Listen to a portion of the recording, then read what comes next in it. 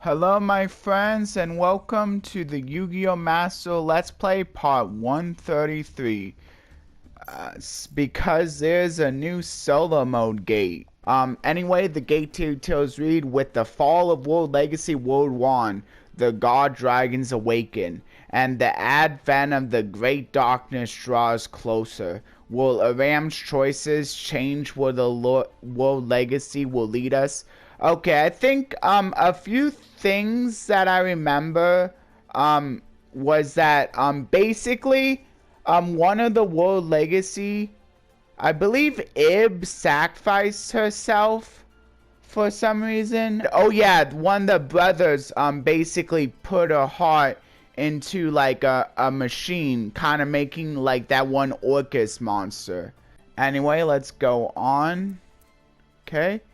So here's the scenario appearance cards here, and then here's what I get for clearing. God Dragon Shield, a little bit of a boost for dragons, and then also like it lets you allow foolish instead of sending the monster to the graveyard if it would be destroyed by battle card effect. So that's pretty cool. I guess that's somewhat useful for maybe like stuff like Blue Eyes, but I don't think people really play it all that much because there's better ways of sending your monsters to the graveyard. Okay, so a few of the Crusaders are gonna be once again inside this story. So Maximus, Draco, Cataclysm. I believe we saw them before. Shield and World Legacy God Dragon, and then God Dragon on Drake. Anyway, let's go into this scenario. There's quite a few scenarios. See, like that's what I remember from these World Legacy. It has a really long story, so they want to make sure they have like a lot of scenarios. And this one's called the World Legacy Leads. With Babel's activation, World Legacy World 1 tore through the sky and fell on Earth. Its tremendous mass pierced the earth below. Just as its devastating aftershock was about to strike the warriors of the Crusadia, a blinding light fell upon Oram's eyes, a light even brighter than from the battle with Ibli. Imduk had used the power of the gods to call forth a gigantic barrier. As the gusts of destruction blew past them, the barrier dissipated. Imduk had sacrificed his life to shield the Crusadia. Aw man, now Imduk's sacrificing himself. With his life force depleted, Imduk falls to the ground. That's the God Dragon guy. Aram is left speechless as he touches Imduk's fallen body. The body of his invaluable ally. A wave of guilt rushes into his mind as it did once before. So I think that it's basically like their pet. But there was no time for sorrow for either Aram or the Crusadia. The fall of the World Wand exposed the World Legacy World Arc and activated it. The fallen Imduk was then consumed by the World Arc. The power the World Arc has over life and death was infused with the godly power of Imduk. And this combination took the form of a two-headed dragon, God Dragon Andrake, which then descended toward Aram. The God Dragon had awakened. The shattering power rippled through the planet and reshaped each World Legacy into a draconic form.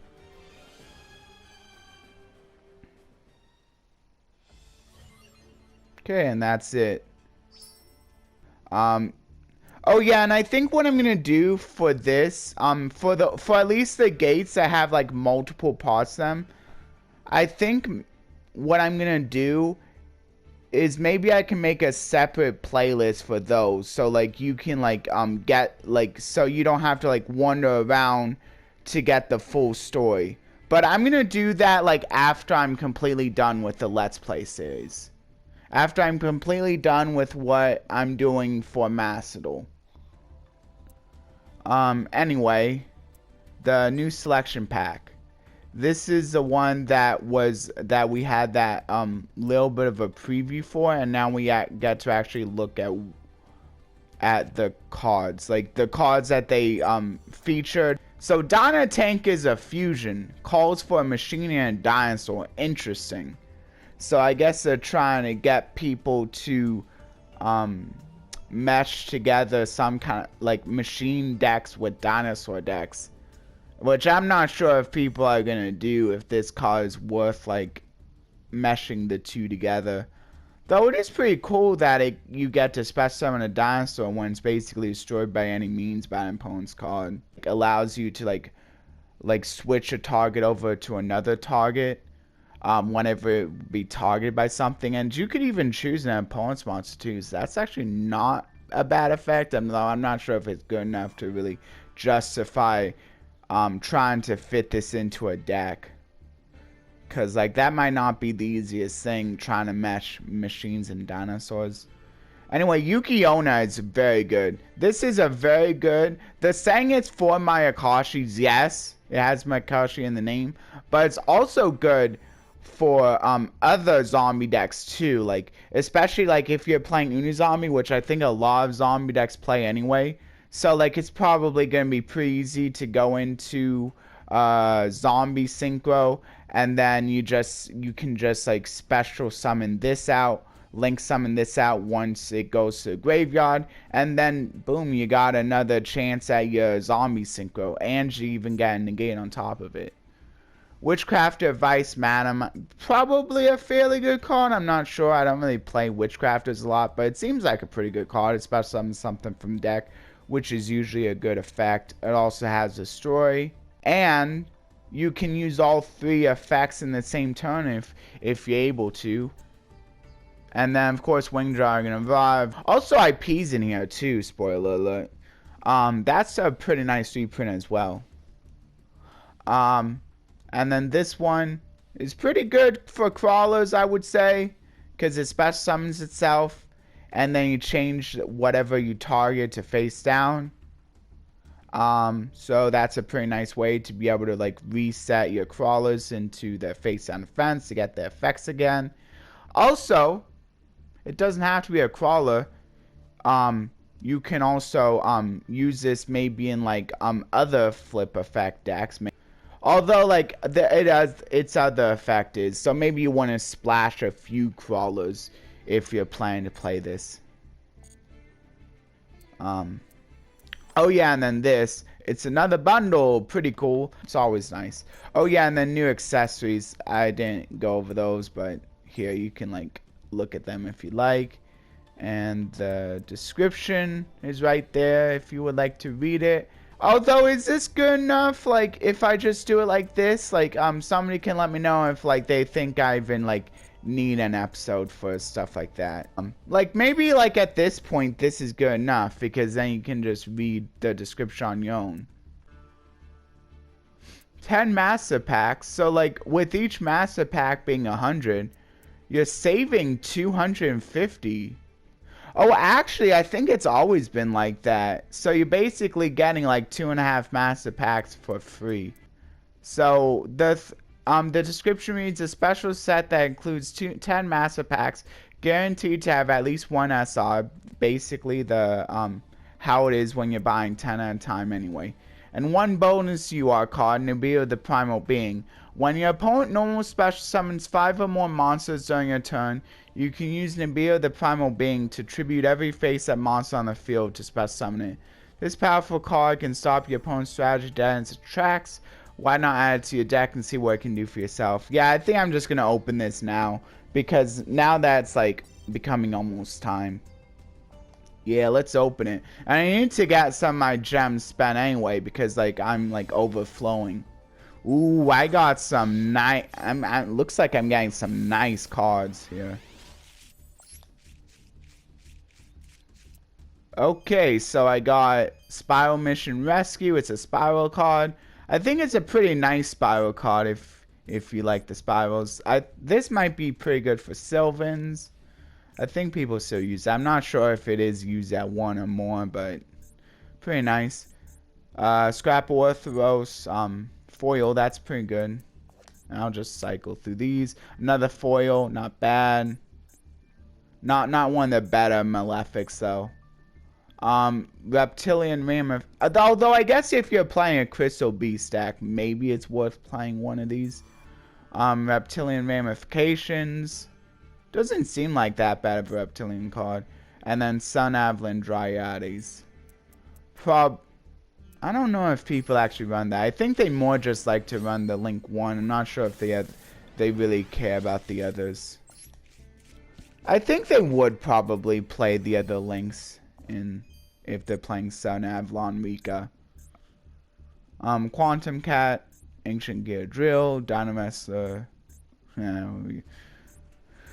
Okay, and then Redeemable Jar.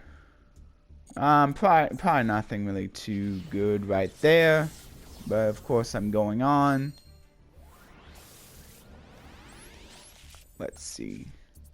Ooh, I got a UR right there. Scrap Wyvern. That could come in handy. Oh, I must have passed it. So yeah, pretty nice card. I think it's even used in like... I think this is also used in dinosaur decks as well. So yeah, because they're playing that one scrap. There's like that one scrap monster that also happens to be a dinosaur that I forget what's called. I'm not sure if it's actually in the game yet, but once it does get into the game, it'll be good. If it's not there already. And then this one's pretty good for Drying Link. Because it's not a once per turn. It adds you the Red Edge Darkness, Metal Dragon. Pretty nice, pretty solid. Ooh, another Dogmatic Punishment. Invocation, not bad. Apparently I already had a few invocations, but that's pretty good if I ever want to play with the Invoked engine.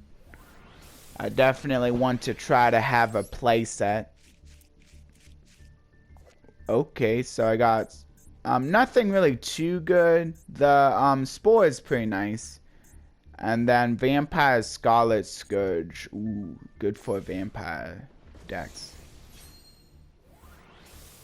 Which I am playing in the TCG, but I'm not sure if I'll be playing it here anytime soon. Oh, Draco Berserker the 10E is a really nice card for Sword Soul. I want to pick this up for my Sword Soul TCG deck that I'm working on. But it's kind of expensive, so I might just wait. So I think what I'm doing like now, is I'm just waiting for the Sword Soul stuff to go down in price, or maybe I could get lucky enough and find it in someone's bulk that they're selling for cheaper. Maybe I could pick it up there or something, but I'm not too worried because I'm just sticking to my sprites. I really like what a few people are saying, how you should stick to one deck and get good with that. Although it is nice having it here because this is a generic synchro. So any deck that can play level 8s might enjoy this card. It is pretty good.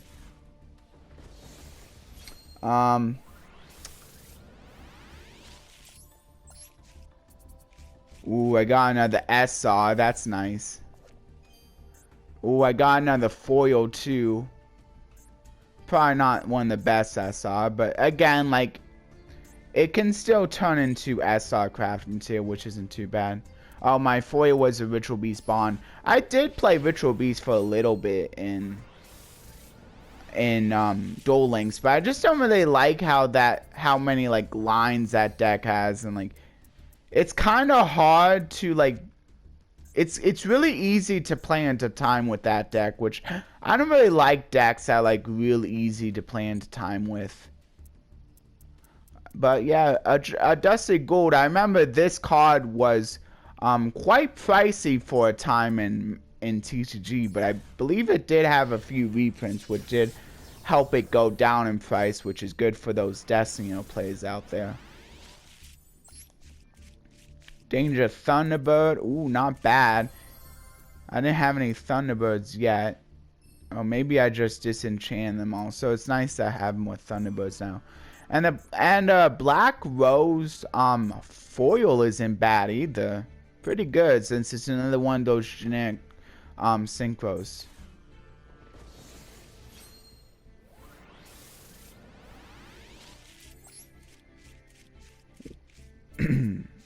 Another SR. I think Scrap Storm is actually a pretty good scrap card. Oh yeah, this is the way to basically like send your scrap monster to the graveyard. That one scrap dino in the if you're playing that in the dinosaur deck, which I think a lot of dinosaur decks are doing. But I'm not sure if they actually do play that card. I'm not sure if it's good enough to really justify it. And so I got some nice cards here. I think so. And then Nibiru, of course, really nice. I believe I didn't have 3 yet. I think I can check on that. I'm not sure. But yeah, I believe that gives me the play set now. So that's nice. And then and I think a few of my favorite cards. I think this one, even though I'm probably not going to be using that anytime soon. Also, getting another invocation is pretty good. Yeah, and I think I'm gonna give it to those two, the Draco Berserker and the Invocation. Although Black Rose not too bad. I believe you can. Yeah, you can also use this in Sword Soul since they can go until level 7s as well. So I think people might be willing to play this in Sword Soul.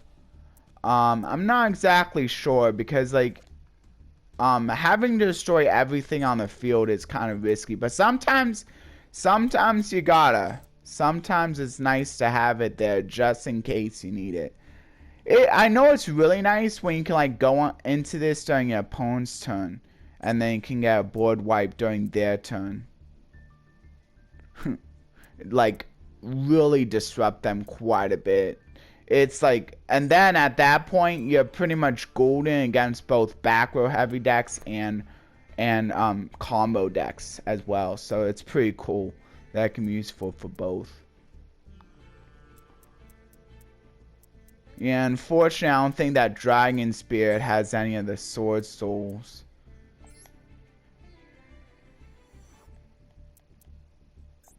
Yeah, I think this is more focused on 10 Ys.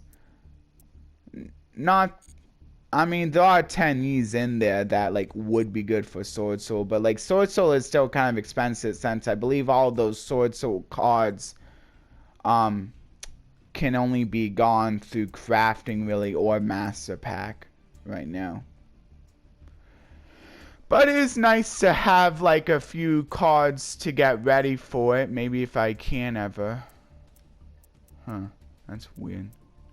Oh yeah, because the new secret packs. Yeah, I can probably still have a video like just going over all of the secret packs. I think I can still do that. Because it just takes so long to like go through it would take, I think it would be better just doing it like that, just like having like going over the secret packs be its own series right there. Like if nothing else, that would be good as its own series, I would say. But yeah, I'm gonna go ahead and end it there. I hope you all enjoyed. Please like, share, and subscribe. And also, please leave a comment if you would like. I'm going to be doing the pinned comment and leaving the Bible verse in the description. And thank you all for watching, for staying through whatever section you did decide to see. If you'd like more information on this, you can check the description. Okay. Bye, everyone.